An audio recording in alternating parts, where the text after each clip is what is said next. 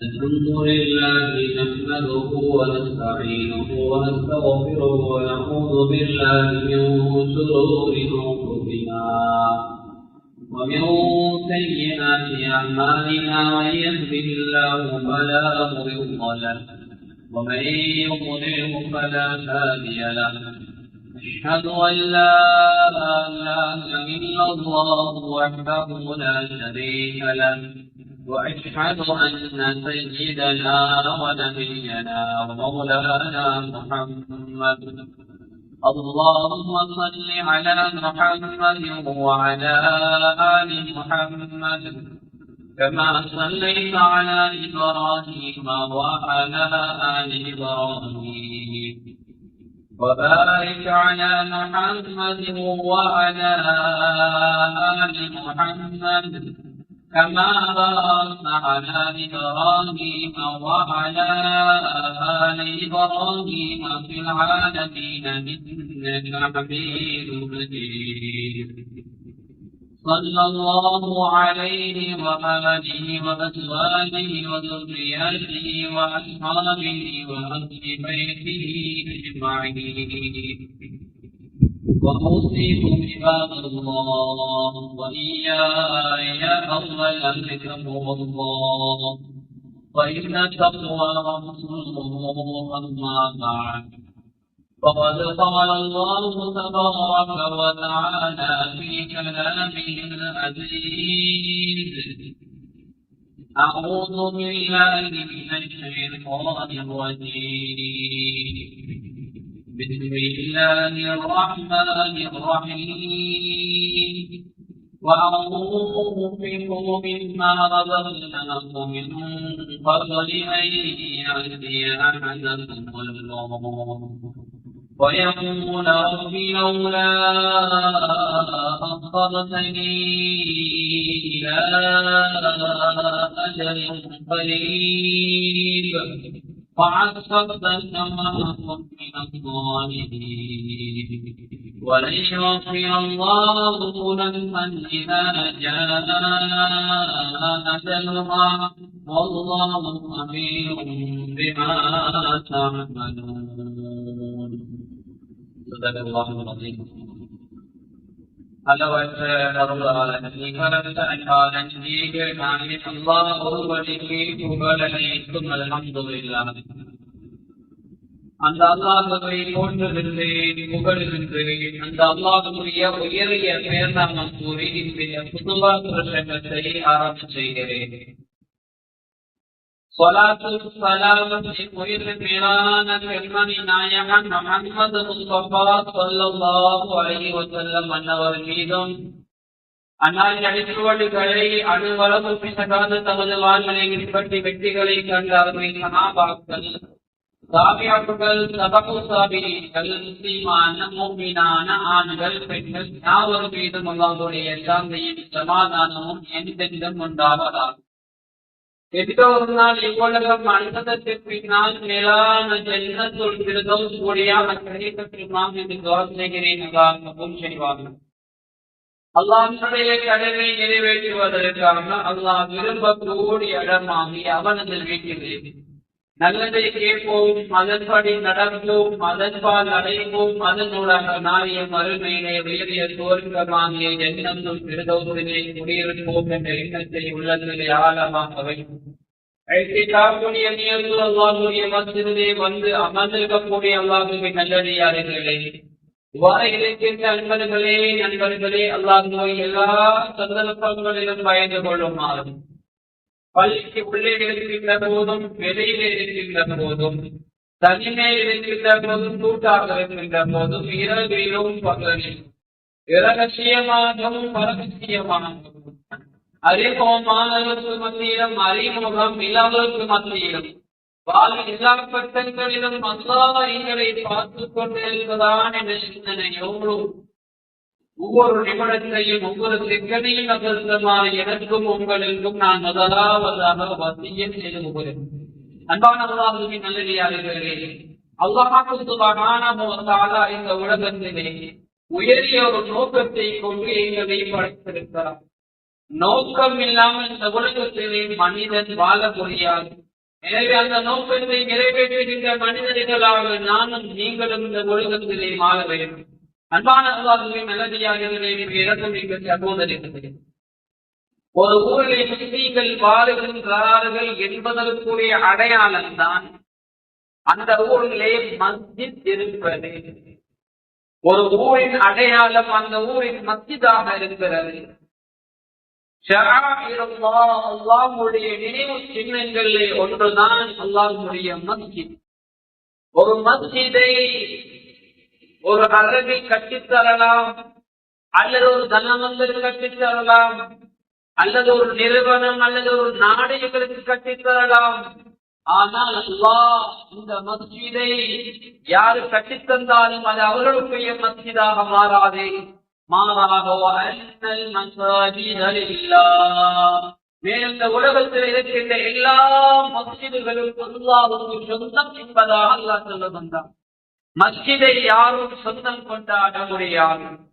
மஸ்ஜிதுக்கு யாரும் வந்து போகலாம், முஸ்லீம்களும் வந்து போகலாம். முஸ்லீம் அல்லாதவர்களுக்கு மஸ்ஜிதுக்குள்ளே வருவதற்கு மார்க்கம் அனுமதி அளித்திருக்கிறது.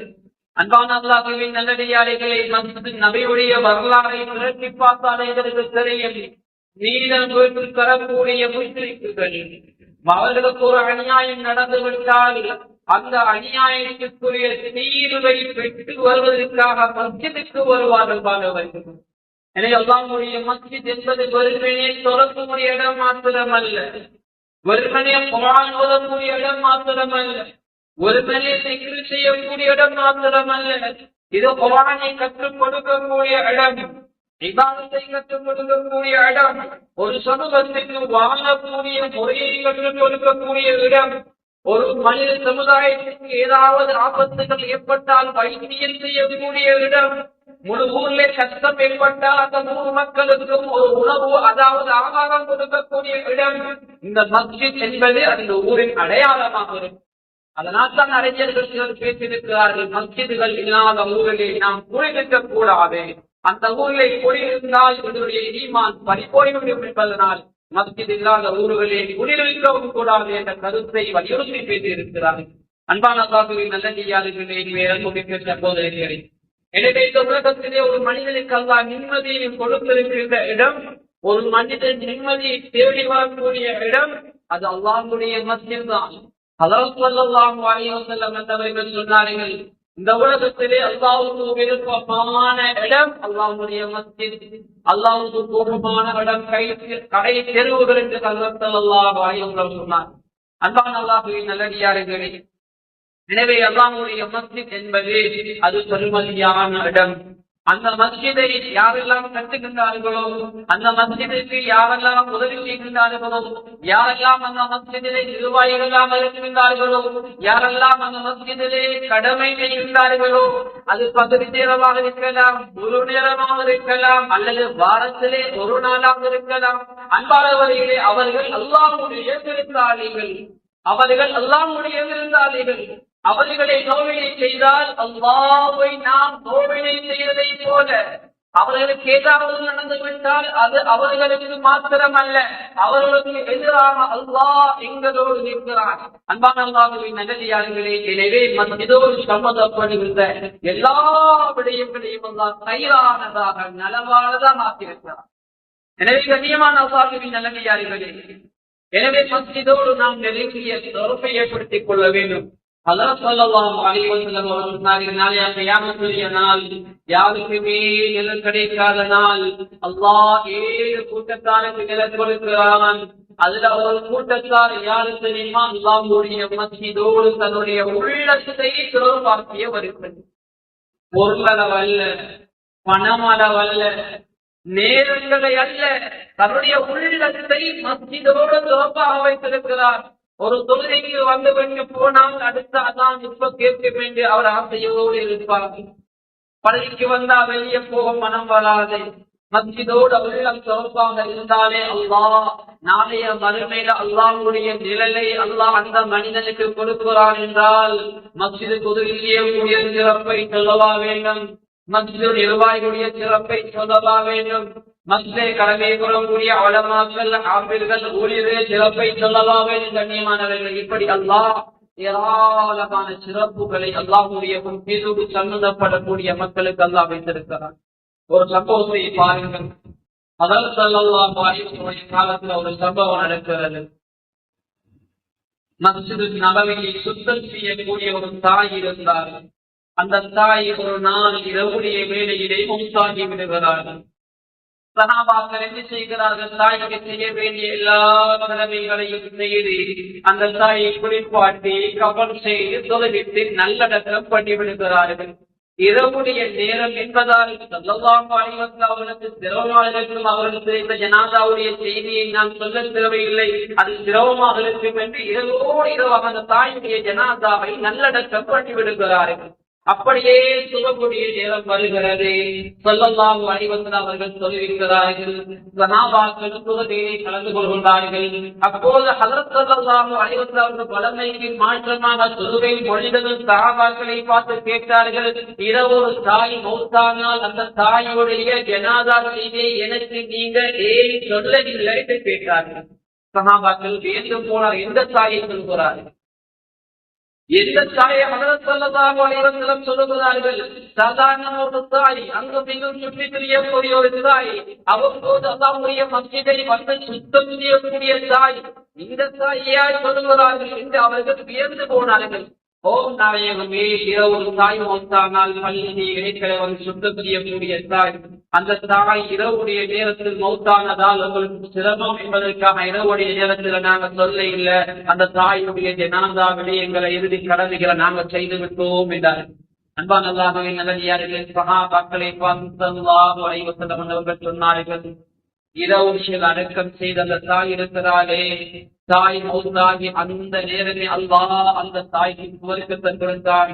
உடனே நான் ஜிப்ரீல் அலைஹிஸ்ஸலாத்து வஸ்ஸலாம் அவர்களை கேட்டு, இந்த தாய்க்கு ஏன் நீங்கள் சுவர்க்கத்தை அல்லாஹ் கொடுத்திருக்கிறார் என்று ஜிப்ரீல் அலைஹிஸ்ஸலாம் அவர்களை கேட்டபோது ஜிப்ரீல் அலைஹிஸ்ஸலாத்து வஸ்ஸலாம் அவர்கள் சொன்னார்கள், அன்னஹா கானத் லதுல்கில் கஸாத மினல் மஸ்ஜித். இந்த தாய் இருக்கிறாரே, அல்லாஹ்வுடைய மஸ்ஜிதை எப்போது சுத்தமாக வைத்திருக்கக்கூடிய தாய், அல்லாஹ்வுடைய மஸ்ஜிதில் இருக்கக்கூடிய அழுக்குகளை எல்லாம் நீக்கி சுத்தம் செய்யக்கூடிய தாய்.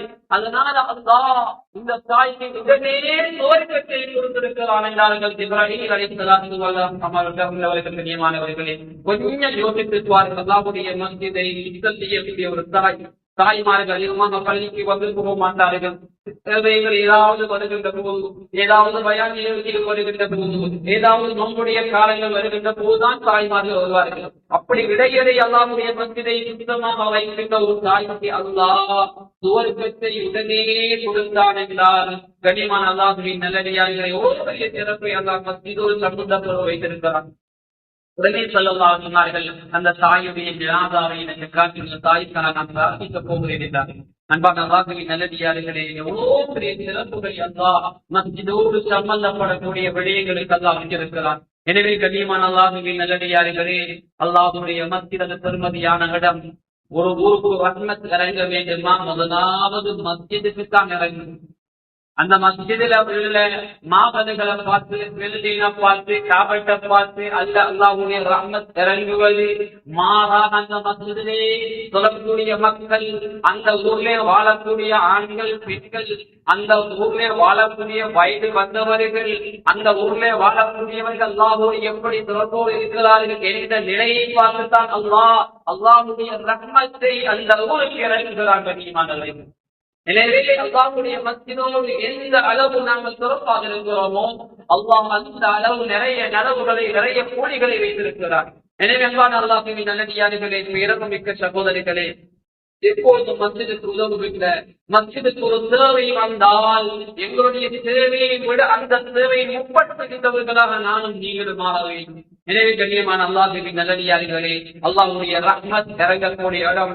ஹஜ்ரத் ஸல்லல்லாஹு அலைஹி வஸல்லம் சொன்னார்கள், யார் ஒரு மனிதன் அல்லாஹ்வுடைய மஸ்ஜிதுக்குள்ள நுழைகிறாரோ அவர் வலது காலை முன்வைத்து அல்லாஹும்ம ஃப்தஹ்லி அப்வாப ரஹ்மத்திக யா அல்லாஹ், உன்னுடைய அருளை எனக்கு திறந்து தருவாயாக, யா அல்லாஹ் உன்னுடைய ரஹ்மத்துக்களை எனக்கு திறந்து தருவாயாக என்று அல்லாஹ்விடத்திலே பிரார்த்தித்து நுழையுங்கள்.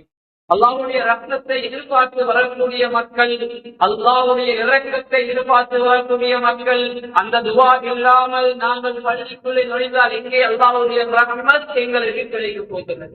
எனவே கண்ணியமான அல்லாஹ்வின் நல்லடியார்களே, பள்ளிக்குள்ளே வருகிற துஆவை கூறி வலதுகாலை முன்வைத்து நாங்கள் மஸ்ஜிதுக்குள்ளே நுழைந்து கொள்ள வேண்டும். அன்பான அல்லாஹ்வின் நல்லடியார்களே, அதே போன்று இந்த மஸ்ஜிதுக்கு எப்படி நடந்து கொள்கின்ற முறைகளை நாம் விளங்கிக் கொண்டோமோ அதே போன்று மாஷா அல்லாஹ் அல்லாஹ்வுடைய உதவியினால் கீழ்மாயுடைய எல்லா வேலைகளும் மாஷா அல்லாஹ் முடிந்திருக்கிறது. இந்த பள்ளிக்குரிய நிறைய சேவைகள் இன்னும் எஞ்சியிருக்கின்றன. அதற்கு மாறுக்கு தேவையான ரூம், கிச்சனுடைய பகுதி, பாத்தினுடைய பகுதி, இன்னும் ஏராளமான கார்டன், இப்படி ஏராளமான பகுதிகள் இன்னும் ஒரு மஸ்ஜித் என்றால் அது அலமாக இருக்க வேண்டும். வரக்கூடியவர்களை ஈர்த்து எடுக்கக்கூடிய இடமாக இருக்க வேண்டும். மஸ்ஜிதுக்குள்ள வந்தா வெளியே போக மனம் வரக்கூடாது. மஸ்ஜிதுக்கு வந்தா அதற்குரிய தொழுகை அந்த அளவு சந்தோஷமாக இருக்க வேண்டும். மஸ்ஜித் செல்லக்கூடிய அதான் அந்த மக்களை ஆழமாக மக்களே உள்ளத்திலே பதிந்து மக்களை பள்ளி பக்கம் ஈர்க்கக்கூடியதாக இருக்க வேண்டும். அன்பான அல்லாஹ்வின் அப்படி மஸ்ஜிதுக்கு சூழல் அமைந்திருக்க வேண்டும். அன்பான அல்லாஹ்வின் நல்லடியார்களே, எனவே அல்லாஹ் எங்களுக்கு தாராளமான இந்த பள்ளியை தந்திருக்கிறார். இன்ஷா அல்லாஹ் இன்னும் குறுகிய காலத்திற்குள்ளே 2ஆம் ஆண்டினுடைய வேலை ஆரம்பிக்கப்பட இருக்கிறது. அதனால் மாஷா அல்லாஹ் நீங்க நிறைய மக்கள் உதவி செய்திருக்கிறீங்க. உதவி செய்யாத மக்கள் யாரும் இல்லை என்று சொல்கின்றாலும் இந்த ஊரிலே உங்களுடைய பணத்தால், உங்களுடைய பொருளாதாரங்களால், அதே போல் உங்களுடைய கால நேரத்தால், உங்களுடைய உடம்பால் பல வகையிலே எல்லோரும் உதவி செய்திருக்கிறீர்கள். மாஷா அல்லாஹ் அதனால் தான் அல்லாஹ் குறுகிய ஒரு காலத்திற்குள்ளே இப்படி ஒரு விசாலமான பள்ளியை உங்களுக்கு தந்திருக்கிறாங்க. கண்ணியமானவர்கள், நீங்கள் கொடுத்து வைத்தவர்கள் அல்லாஹ் உங்களுக்கு அல்லாஹ்வுடைய அருளை இறக்கி இருக்கிறான். அது உங்களுக்கு விளங்காத கண்ணியமானவர்களே. எனவே இந்த உலகத்திலே நாம் வாழுகின்றோம். ஒரு நாள் இந்த உலகத்தை விட்டு பிரிந்துவோம் என்றால் இறுதியாக எங்களை கொண்டு வந்து வைத்து இந்த பள்ளியிலே ஜனாசா தெரிவித்து பின்னால் தான் எங்களை கொண்டு போவார்கள். நாங்க மாடி வீட்டுல வாழலாம், நாங்க ஏசி ரூம்ல வாழலாம். ஆனா மௌத்தா போனதுக்கு பின்னாலும் நாங்க மையத்தாக இருந்தாலும் அந்த மையத்தை தூக்கி கொடுங்க பள்ளியில சொல்லிட்டதுக்கு பின்னாலதான் நல்ல பண்ணுவாங்க. எங்களோட கடைசிக்கு வரக்கூடிய இடம், கடைசியா நாங்க வந்து கூடிய இடம் இந்த மஸ்ஜிது தான். அன்பானவர்களை, உலகத்தில ஏதோ பகதாக அமல் செய்யக்கூடிய ஒரு இடம் ஒன்று இருக்குமாக இருந்தால் அது மஸ்ஜிது தான். கண்ணியமானவர்களுக்கு இரவு பகலாக அமல் நடக்கக்கூடிய இடம் உலகத்திலே எங்குமே கிடையாது. அல்லாஹ்வுடைய மஸ்ஜிது மாத்திரம்தான். அன்பான அல்லாஹ்வின் நல்லடியார்களே, மஸ்ஜிதிலே கிடைக்கிற நிம்மதி வீட்டிலே கிடையாது. அன்பானவர்களே, மஸ்ஜிதிலே கிடைக்கிற சந்தோஷம் நிம்மதிகள் தொழில கிடையாது. நண்பர்களே, மஸ்ஜிதிலே கிடைக்கிற நிம்மதி எங்களுடைய தொழிலே, எங்களுடைய வயல்களே, எங்களுடைய தோட்டம் துறவுகள் கிடையாது. அல்லாஹ் அந்த ஒரு மஸ்ஜிதில் ஒரு சந்தோஷத்தை வைத்திருக்கிறான், மஸ்ஜிதில் ஒரு இன்பத்தை வைத்திருக்கிறான். மஸ்ஜிதுக்கு அவ்வளவு பெரிய அல்லாஹ் ஆன்மீக ஒரு வழிகாட்டுதலை வைத்திருக்கிறான். கண்ணியமான அல்லாஹ்வின் நல்லடியார்களே, அப்துல் காதிர் ஜீலானி ரஹ்மத்துல்லாஹி அலைஹி என்ற மகான் முக்கியமான ஒரு அறிஞர் அவர் சொல்லுகிறார், என்னுடைய வாழ்நாளிலே அதிகமாக என்னை திருத்திய நாட்கள், என்னை அதிகமாக பக்குவப்படுத்திய நாட்கள் என்றால் நான் மஸ்ஜிதுக்குள்ளே இருந்த நாட்கள் என்பதாக அந்த அறிஞர் சொல்லி காட்டுகிறார். அந்த அளவு மஸ்ஜித் ஒரு மனிதனுடைய வாழ்வை மாற்றக்கூடியது. காலத்தில் குற்றம் செய்யக்கூடிய பல குற்றவாளிகளின் பொழுதும் மஸ்ஜிதுடைய சூழ்நிலை கட்டி வைத்து விடுவார்கள். ஏன்? அவர்களை அதாவது கேவலப்படுத்தவா, மக்கள் வந்து போகக்கூடிய இடங்களிலே அவர்களை பார்த்து அசிங்கப்படுத்தவா? இல்லை கண்ணியமானவர்களே, அந்த இடத்துல இருந்தா நல்லவர்கள் செய்யக்கூடிய அமல், நல்லவருடைய துவா, அந்த மனிதன் என்று அவர் மாறி நல்லவர்களாக மாறலாம் என்ற ஒரு நோக்கத்துக்காக அப்படி எத்தனையோ பேர் இருந்து நல்லவர்களாக மாறி இருக்கின்ற வரலாறை எங்களுக்கு சொல்ல முடியும். அன்பான அல்லாஹ்வின் நல்லடியார்களே, அல்லாஹ்வுடைய மஸ்ஜிதுக்கு எங்களால் முடியுமான பங்களிப்பை நாங்கள் கொடுத்துக் கொண்டது. அல்லாஹ்வுடைய மஸ்ஜிதுக்கு நாங்கள் உதவி செஞ்சா அல்லாஹ் ஒரு காலத்தில் எங்களை கைவிட மாட்டாங்க. நாங்க அல்லாஹ்வுக்காக ₹1 கொடுத்தா அல்லாஹ் எங்களுக்கு ₹10 மடங்கு ஆக்கி தருவோம். நாங்க ₹10 கொடுத்தா அல்லாஹ் எங்களுக்கு ₹100 தருகிறார். நாங்க ₹100 கொடுத்தா அல்லாஹ் எங்களுக்கு ₹1000 தருகிறார். நாங்க ₹1000 கொடுத்தா அல்லாஹ் எங்களுக்கு 10,000 தருகிறார். நாங்க 10,000 கொடுத்தா 1,00,000, 1,00,000 கொடுத்தா 10 லட்சம். இப்படி அல்லாஹ் கொடுப்பதை திருப்பி கொடுப்பவன் அல்ல அல்லாஹ். கொடுத்ததை 10 மடங்காக ஆக்கி அல்லாஹ் மறுமையை கொடுக்கிறான். இந்த உலகத்தில் அந்த மனிதனுக்கு வர இருக்கின்ற கஷ்டம், நஷ்டம், சோதனை எல்லாவற்றிலுமே தான் பாதுகாக்கிறான். அன்பானவர்களே, அல்லாஹ் தர்மம் கொடுக்கின்ற மனிதர்களுக்கு அல்லாஹ் இந்த உலகத்திலும் கூடிய கொடுக்கிறான், மறுமையிலும் கூடிய கொடுக்கிறான். நாளைய மறுமையினால சதக்காவுடைய ஒரு வாயில் இருக்கு. அதனால யாரும் குறையாது.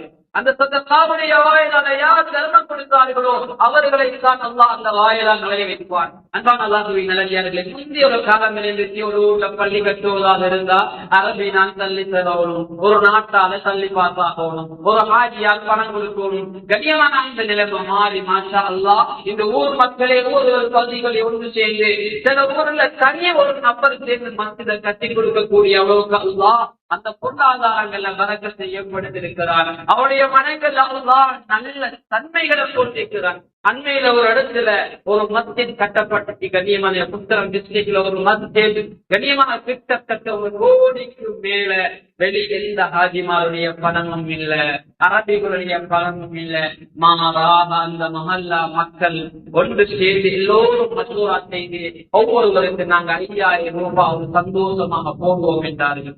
கண்ணியமானவர்கள் எல்லாரும் அந்த 5000 ரூபாய் போட்டது அது ஒரு சாதாரணமான ஒரு தொகை. ஆனா யாருமே 5000 ரூபாய் கொடுக்கல. எங்களுடைய மஸ்ஜித் தானே கட்டப்படுகிறது. எல்லோரும் 5000 மேல 1 லட்சம், 2 லட்சம், 3 லட்சம் கொடுத்தவர்கள் இப்படி கொடுத்து ஒரு கோடிக்கு மேலே உள்ள வேலை திட்டம் கீழ்மாடி வேலையுடைய முடிவு இன்னும் 100க்கும் மேற்பட்ட சீமெந்து வேலைகள், இன்னும் எஞ்சியுள்ள கம்பிகள், இன்னும் சில பணங்கள் உட்பட 2ஆம் மாடிக்குரிய வேலைகள் செய்கின்ற அளவுக்கு பணம் மிஞ்சிருக்கின்ற அளவுக்கு அல்லாஹ் உதவிகளை கொண்டிருக்கிறார். அந்த இடத்திலே நடந்திருக்கின்ற மிக முக்கியமான ஒரு விஷயம் என்னென்றால் அதுல மிக முக்கியமான சதகாவுடைய விடயங்களுக்கு முக்கியத்துவங்களை ஊர்களை சந்திப்பதற்காக என்னையும் பொறுப்பாக போடப்பட்டிருந்தது. நான் சில இடங்களுக்கு போகின்ற போது அந்த இடத்திலே உள்ள மக்கள் கண்ணியமான அவர்கள் செய்த உதவி வாழ்க்கையை மறக்க முடியாது. ஒரு வீட்டுக்கு போனா கண்ணியமான வெளிநாட்டிலே இருக்கின்ற ஒரு சகோதரர் வெளிநாட்டில் வந்திருக்கிறார். அவர் 25,000 ரூபாய் பணத்தை தந்தார். ஆனால் அவருடைய வீட்டை பார்த்தால் கம்பராது பண்ணி இல்லை. சில வீட்டு காமராவுல கதவுகள் அப்படியே தெரிஞ்சு இல்லை, தீமேந்து கீழே போட்டீங்கள. அப்போ அவடத்துல சொன்ன உங்களோட வீட்டுடைய தேவை இருக்குது, நீங்க இவ்வளவு பணத்தை தந்தீங்க. அவர் திருப்பி எங்கள்கிட்ட சொன்னார், அவர் என்னுடைய வீட்டை நான் எப்போவாவது கட்டி கொள்ளுவேன். அல்லாஹ்வுடைய மஸ்ஜிதை கட்டக்கூடிய சந்தர்ப்பம் எல்லா காலத்திலையும் வராது. எங்களுக்கு தெரிஞ்ச ஒரு காலம் எங்களோட வாப்பா உம்மாட காலத்துல ஒரு நாள் இந்த மஸ்ஜிதை கட்டினாங்க. இப்ப போதாது விசாலமாக்குறதுக்கு உதவி கேட்டிருக்கிறாங்க. அதனால் என்னுடைய வீட்டை நான் துறவு கட்டிக் கொள்றேன், என்னுடைய வீட்டுடைய கதவை நான் துறவு கட்டிக் கொள்றேன். அதாவது மஸ்ஜிதுக்கு கொடுக்க வேண்டும் என்ற நீயல். அதனால நீங்க இதுல 1 ரூபாய் திருப்பி தரவே நம்ம அப்படியே கொண்டு போங்க. அந்த மனிதர் மஸ்ஜிதுக்காக பெரியதொரு தொகையை தந்து அனுப்பிவிட்டு சொன்னார், இன்னும் ஏதாவது தேவை இருந்தா கட்டாயம் என்று சொல்ல வேண்டியது சந்தோஷமா அனுப்பி வைத்தார். அன்பான் அல்லாஹ்வின் நல்லடியார்களே, சாதாரணமான ஒரு விஷயம் அந்த கொடுக்க கொடுக்க அல்லாஹ் கொடுத்து கொண்டே இருப்பார். இன்னும் ஒரு சம்பவங்களுக்கு தெரியும். சில இடங்கள்ல பேச்சுகளுக்கு பயான் நிகழ்ச்சி நடக்கும். சதக்காவுடைய விடயங்கள் போன கிழமையும் செக்கிராவில் ஒரு பகுதியில பயான் நடந்துச்சு. அந்த இடத்துல முக்கியமான சில விஷயங்கள் பேசும்போது கண்ணியமானவர்களே எதை சொல்ல வருகின்றார், சில தாய்மார்கள் உடனே நல்ல விடயங்களுக்கு முன் வந்து விடுவார்கள். விஷயங்களை பேசும்போது சில தாய்மார்கள் உடனே முன்னுக்கு வந்து விடுவார்கள். ஒரு சந்தர்ப்பத்துல ஒரு தாய் பேசக்கூடிய சந்தர்ப்பத்துல அந்த தாய் என்ன செய்கிறார் தெரியுமா, தன்னுடைய கழுத்திலே போட்டு இந்த மாலை மஸ்ஜிதிலே வேலைக்காக கொடுப்பார். அவர் சொல்லுகிறார், நான் நினைக்கின்றார் எனக்காக ஒரு நாள் நான் யோசிக்கிறான், என்னுடைய பிள்ளைகள் எனக்கு துவா செய்ய மறந்து விடலாம், என்னோடு இருந்த கணவன் மறந்து விடலாம், என்னுடைய குடும்பத்தை எனக்கு துவா செய்ய மறந்து விடலாம். ஆனால் அல்லாஹ்வுடைய மஸ்ஜித் கட்டப்பட்டால் இரவு பகல அமல் நடக்கக்கூடிய இடம், அங்குள்ள மக்களுடைய துவா கபருக்கு மௌத்துக்கு முன்னாலும் மௌத்துக்கு பின்னாலும் வந்து கொண்டே இருக்கும். அதனால இதுக்கு கொடுக்காம எதுக்கு கொடுக்கிறது என்றே அந்த தாய்மார்கள் நல்ல விஷயத்துக்கு முன் வந்து தன்னுடைய மாலைகளை கொடுத்த வரலாறுகள் இருக்கின்றது கண்ணியமானவர்கள். எனவே நாம் கொடுப்போம், நிச்சயமாக அல்லாஹ் திருப்பி தரக்கூடியவர். கொடுக்கும் போது குறையிற மாலை குறைவது கிடையாது கண்ணியமாக. கொடுக்கும் போது தர்மம் பெருகும். பிறரை மன்னிக்கும் போது நாங்கள் தாழ்ந்து போற மாதிரி விளங்கும், ஆனா தாழ்ந்து போறது கிடையாது. கண்ணியமான அல்லாஹ்வின் நல்லடியார்கள் யாரெல்லாம் அந்த உலகத்துல தர்மம் கொடுக்கலையோ மறுமையில ஒரு கவலை வரும்.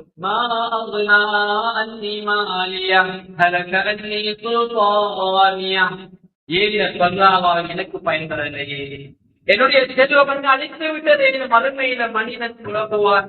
அது மாத்திரமல்ல, சக்கராசுரிய சந்தர்ப்பத்தில் மனிதன் அவகாசம் கேட்பது இருக்காம தெரியுமா?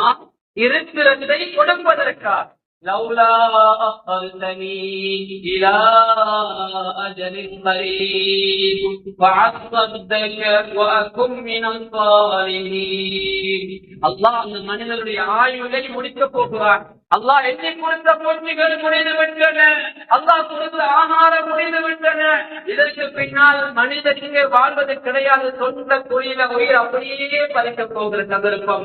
அந்த சந்தர்ப்பத்தில் மனிதன் கேட்பான், யா அல்லாஹ் என்ன கொஞ்ச நேரம் திருப்பி அனுப்புவாயா? ஆயுள் பிச்சை கேட்பார். இங்க நாங்க காசி பணம் பிச்சை கேட்கிற மாதிரி சக்கராத்துல மனிதன் அல்லாஹ்வுக்கு ஆயுள் பிச்சை கேட்பான். யா அல்லாஹ் என்ன கொஞ்ச நேரம் திருப்பி அனுப்புவாயா? அனுப்பினா நிச்சயமாக நான் இருக்கிறத கொடுத்து நல்லவர்கள் பட்டியலை சேர்ந்து விட்டு வருவேன்.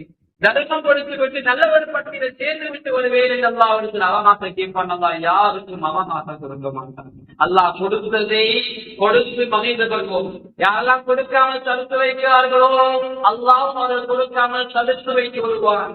யார் கொடுக்காமல் பதுக்கி வைக்கிறார்களோ அல்லாஹ் அதை கொடுக்காமல் பதுக்கி வைத்து விடுவார். யாரெல்லாம் கொடுக்கக்கூடியவர்களை தடுக்கிறார்களோ அல்லாஹ் அவருக்கு வரக்கூடிய வருமானங்களை எல்லாம் தடுத்து விடுவான்.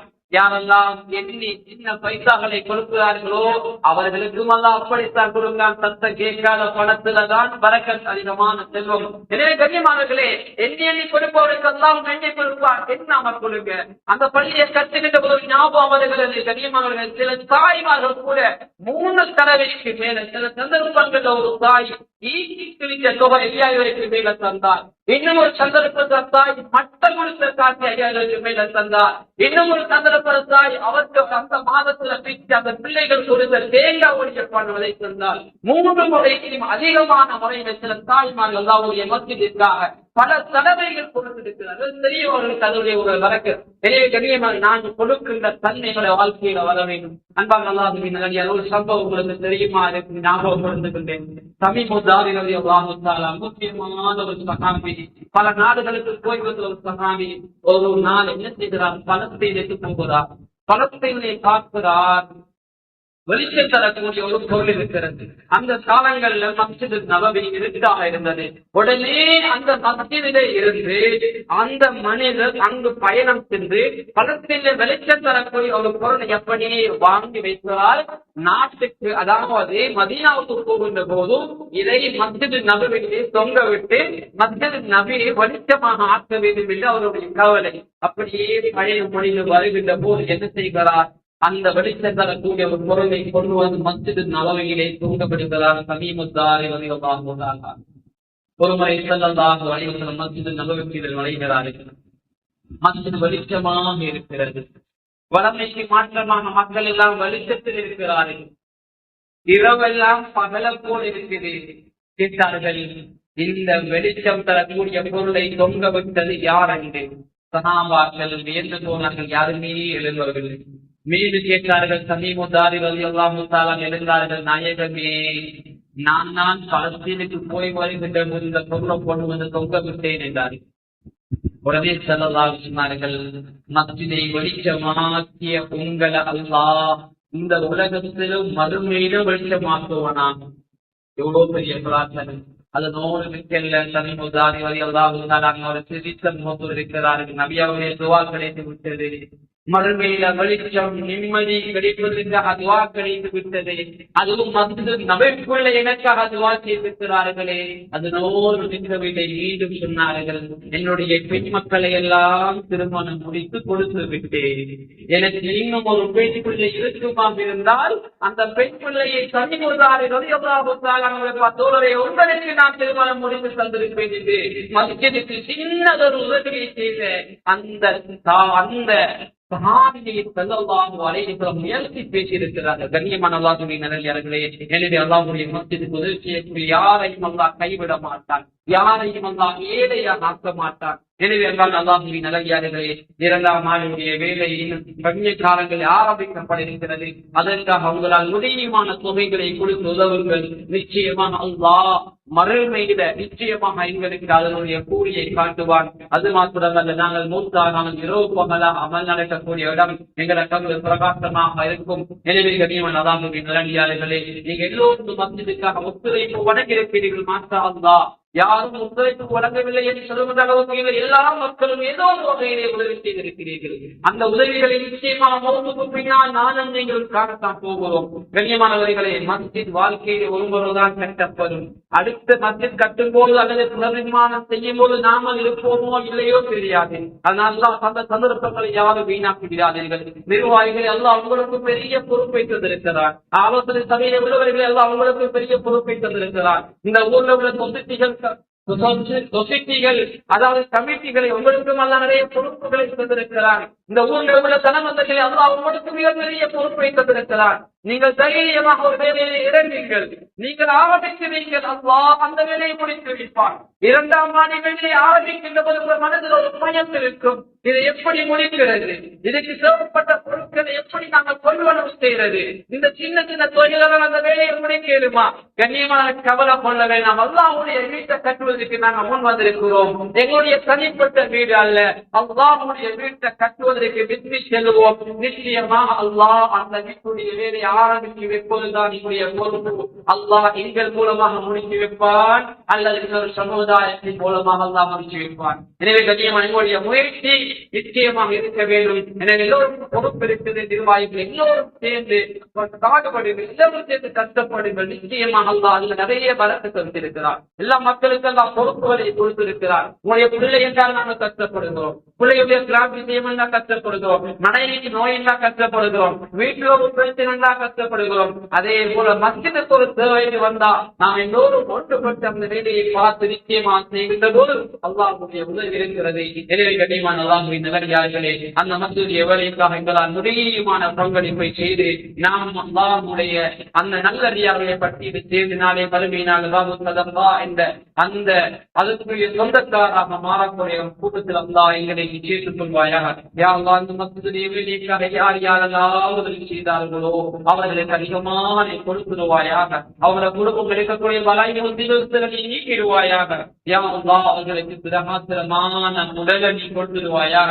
யா அல்லாஹ், யார் யாரெல்லாம் கொடுப்பதற்காக நீயத்து வைத்திருக்கிறார்களோ அவர்கள் கொடுக்கக்கூடிய நல்லெண்ணங்களை கொடுத்துடுவாயாக, கொடுக்கக்கூடிய வசதி வாய்ப்புகளை கொடுத்துடுவாயாக.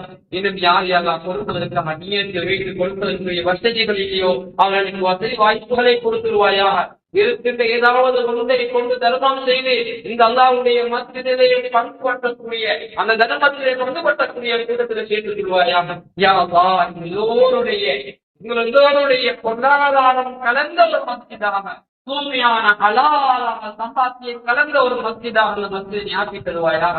யா அல்லாஹ், போட்டு கூப்பினால் இந்த மஸ்ஜிதில் நடக்கக்கூடிய எல்லா அமல்களுடைய கூலிகளை தகவல்களுக்கு நீ கேட்டுக் கொள்வாயாக.